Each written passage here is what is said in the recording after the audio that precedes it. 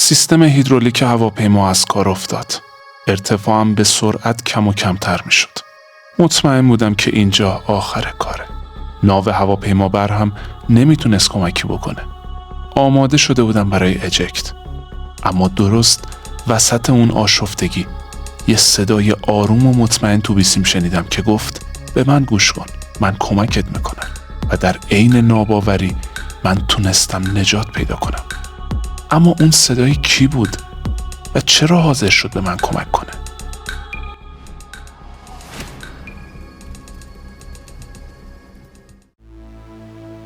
وقتی جون یک انسان در خطر باشه، دیگه مرزها، سیاستها و دشمنیها معنایی ندارن.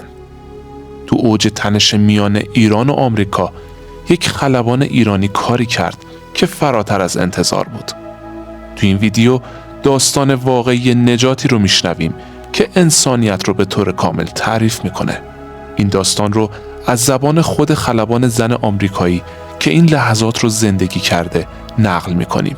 اما پشت این داستان نجات یک اتفاق خارق‌العاده دیگه هم پنهانه و اون هم مهارت خیره کننده این خلبان ایرانی در جنگ با عراقه که در انتهای همین ویدیو به اون خواهیم پرداخت. پس تا پایان همراه من باشین. توجه! این داستان از منابع مختلف نقل شده و مثل هر روایت تاریخی دیگه ممکنه در گذر زمان جزئیات اون تغییر کرده باشه. ما قصد داریم روایت رو همونطور که توی منابع منتشر شده بازگو کنیم و قضاوت رو به شما بسپاریم.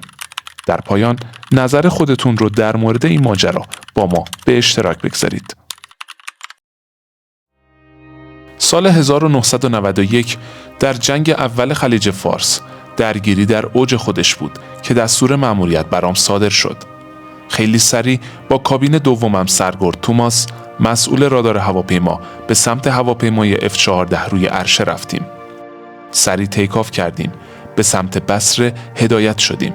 بعد از یک درگیری مختصر به سمت ناو برمیگشتیم که صدای آژیرهای اخطار هیدرولیک هواپیمای تامکتمون بلند شد.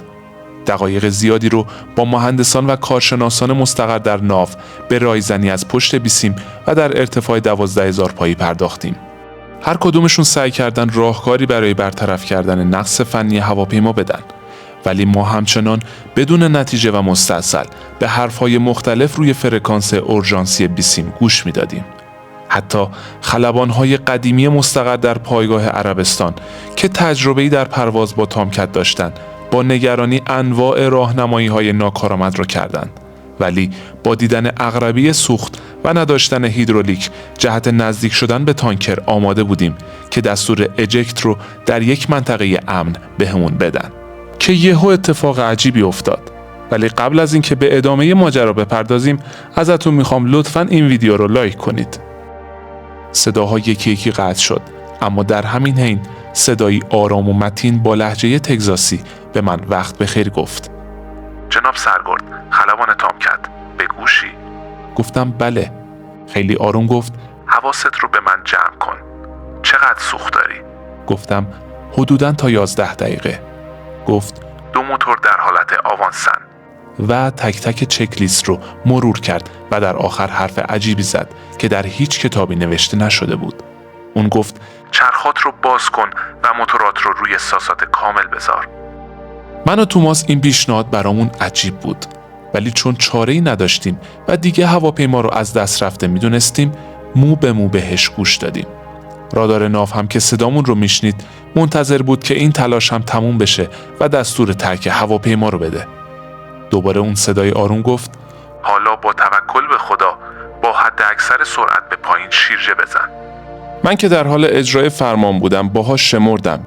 1 2 3 4 ارتفاع 10 9 8 و در ارتفاع 4000 پایی ناگهان گفت به حالت ایستا و مانور دکا کج شو. این کار رو انجام دادم. بعد آروم گفت عقربه هیدرولیکت رو نگاه کن. سرگرد، خدای من، روی حد اکثر توان بود.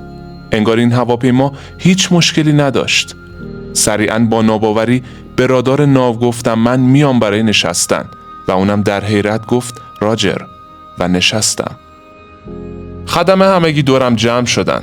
بعد از اینکه کمی آروم شدم به مسئول هدایت عملیات گفتم اون مهندس یا خلبان جادوگری که من رو هدایت کرد کیه؟ الان کجاست؟ تو عربستان یا ناو خودمون؟ یا از مرکز آمریکا هدایتم کرد؟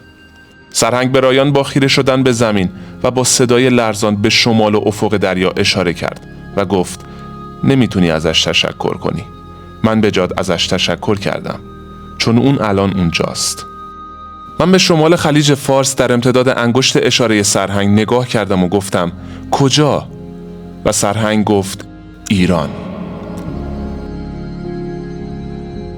من که هنوز متوجه منظور سرهنگ نشده بودم دوباره گفتم اون تو ایران چی کار میکنه؟ اون کیه؟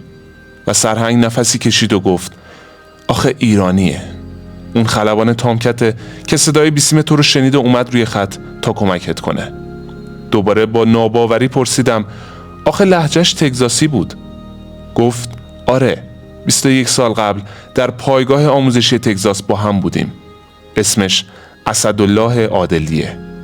کاپیتان خلبان اسدالله عادلی. و من با صدای لرزان تکرار کردم کاپیتان عادلی. چند روز بعد نیروی دریایی ایالات متحده به صورت غیر رسمی از نیروی هوایی ایران و سرهنگ شجاع خلبان و قهرمان جنگ ایران و عراق تیمسار عادلی فعلی مراتب تشکر و قدردانیش رو اعلام کرد. اما آمریکایی ها هیچ وقت عیب تامکت 3265 رو که عادلی در هوا و از فاصله 400 مایلی اون هم فقط با شنود بیسیم تشخیص داده بود نفهمیدن. تا نهایتاً در سال 1994 همین جنگنده به خلبانی کارا هولتگرین 29 ساله در هنگام فرود بر باند با نقص فنی روبرو شد و در یک گردش مرگبار به چپ به قعر اقیانوس فرو رفت و موجب مرگ خانم سرگرد شد. کارا هولتگرین صدفان خلبان F-14 تامکت نیروی دریایی ایالات متحده، اولین خلبان جنگنده زن تاریخ و همچنین اولین خلبان جنگنده زن در ارتش ایالات متحده بود که در یک سانحه جان خود را از دست داد. مادر این خلبان سال 2011 چندین سال پس از مرگ دخترش به دیدار عادلی در کانادا رفت و از قول دخترش کارا به عادلی گفت کاپیتان، دخترم میگفت زیباترین، زندگی بخشترین و مطمئنترین صدای عمرم رو تو اون چند دقیقه‌ای که با اون خلبان دلاور ایرانی حرف میزدم شنیدم. ای کاش روزی بشه حتی به صورت غیر رسمی باهاش پرواز کنم. اما جالبه بدونید خلبان اسدالله عادلی به عنوان خلبان تکخال هم شناخته میشه. یعنی خلبانی که تونسته در نبردهای هوایی دست کم 5 فروند هواپیمای دشمن رو سرنگون کنه. یکی از این نبردها در سال 1981 و در زمان جنگ ایران و عراق رخ داد. در جریان پروازی که سرهنگ خلبان عادلی به همراه هواپیمای F-14 با کابین عقبی شادروان سرتیپ محمد مسبوق انجام داد، 3 فروند جنگنده میگ 23 عراقی جهت انجام عملیات بمباران در خاک ایران مشغول پرواز بودند که توسط رادار قدرتمند تامکت F-14 شناسایی شدند. مهمترین اتفاق این ماجرا تصمیم سرهنگ اسدالله عادلی بود. تصمیمی که منجر به انهدام هر 3 فروند میگ 23 عراقی و خلق شگفت‌انگیزترین پیروزی هوایی تاریخ تنها با شلیک یک تیر موشک فونیکس شد. خلبان عادلی با توجه به فرمیشن نزدیک کرکس‌های عراقی به پیشنهاد خلبان مسبوق تصمیم گرفت با یک تیر موشک فونیکس هواپیمای لیدر رو مورد اصابت قرار بده. با رها شدن موشک فونیکس و برخورد به میگ 23 لیدر در اثر ترکش‌های ناشی از انفجار هر 3 هواپیمای عراقی در دم منهدم شدند و این عملیات شگفت‌انگیز در تاریخ جنگ‌های هوایی دنیا به ثبت رسید. خیلی ممنونم که مثل همیشه تا انتها همراه من بودین. لطفاً نظرتون رو راجع به این ویدیو توی کامنت ها بنویسین. و اگر دوست دارید ویدیوهای مشابهی از این دست رو تماشا کنید، حتما کانال رو سابسکرایب و زنگوله رو هم فعال کنید.